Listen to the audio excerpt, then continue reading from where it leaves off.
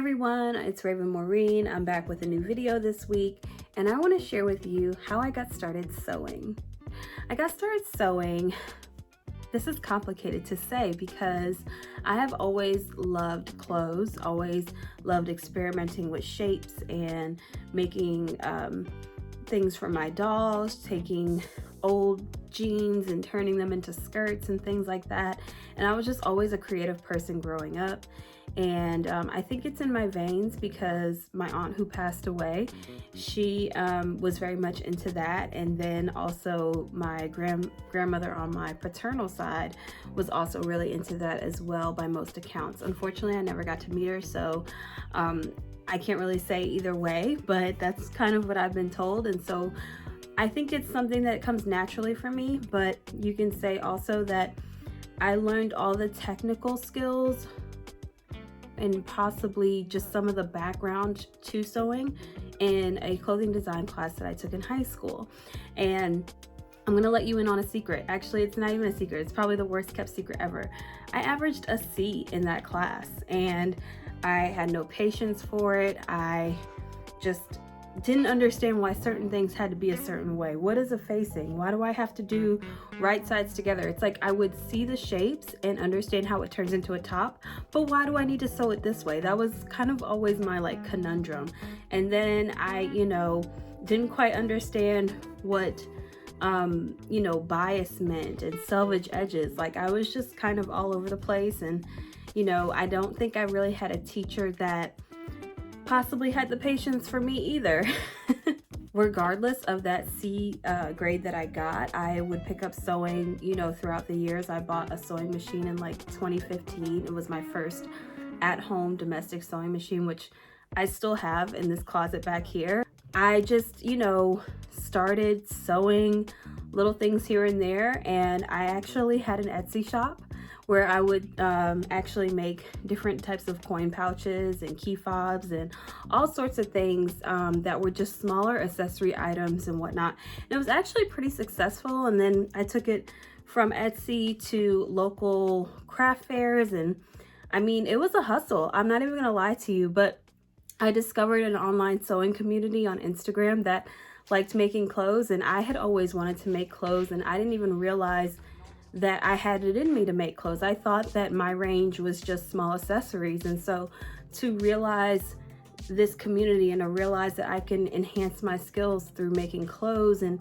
through making those skills stronger and better, I ended up joining that community. I put my Etsy shop on perpetual vacation, I guess you can call it. And I really haven't looked back since. Now, say you are new to sewing and maybe you don't necessarily want to start blogging. I do have a couple of tips for you. I would say one, definitely join an online community, whether that's through TikTok, Instagram, or Facebook, any of those platforms, because you are going to learn so much from a lot of creators who may be at your sewing level, if not a little bit more advanced. I would also say go to the fabric shop, feel everything and touch it, get lost in it, buy the fabric. Even if you're like, I'm not sure what to do with it, just buy it, hold on to it, look at it, do all of that stuff. I would also say get involved in YouTube University. And believe me, there's no secret portal for YouTube University. That's what just us creators call that. I learned a lot of my tips by watching YouTube, by reading a lot of blogs, by looking through a lot of books, magazines, forums, all of that.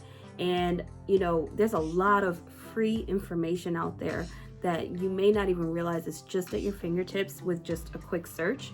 I would also say look into easier patterns to start with. So that would be things that don't necessarily have a closure. Maybe if you're a little anxious about zippers, hooks and eyes, buttons, stay away from patterns like that, but get lost in things that are for wovens, patterns that have elastic. Those are usually really great. A dress that you can pull over your head and just put on, something that has very simple seam lines And even pants. You can do pants with elastic. You can do skirts with an elastic piece. There's so many different patterns out there to begin with. And if you're interested in learning what those beginner patterns are, or just some of my recommendations, I'm happy to do a video for that as well. Other thing I would say is take the machine out of the box. I don't care if it is a serger, a sewing machine, just take it out of the box. Like, that's all you gotta do. Just take it out the box, read your manual. I know it's intimidating, but the manual is your friend, and make mistakes. Do some run-throughs of some things. Just kind of get used to it. Get comfortable with it. Don't break it. Yeah.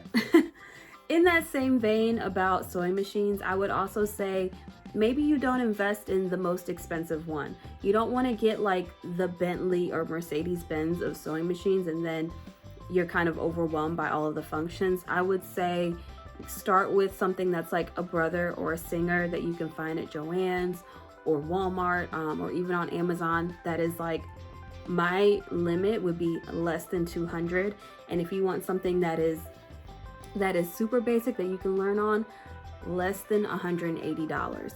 The Brother machine that I have in this closet behind me that I bought in 2015 was $150, and it still runs. There's nothing wrong with it. I've never taken it to get serviced, and I have sewn jeans, I have made denim jackets, I have made fur coats, I have made some of my most complicated, exciting pieces of fabric on that Brother machine. I have taken it literally around the United States through my travels with that sewing machine, sewing to my heart's content. I promise you that you do not need the most expensive machine to get started. Like, you just don't. But you do need a machine that is reputable from a good company to get you started. I will say that much. All right, you guys, thank you for watching this video this week. And I hope that you have the courage to open your sewing machine box, because I know it's just sitting there. Like, you don't even have to tell me. I just know it is. All right, I'll see y'all next time. Bye.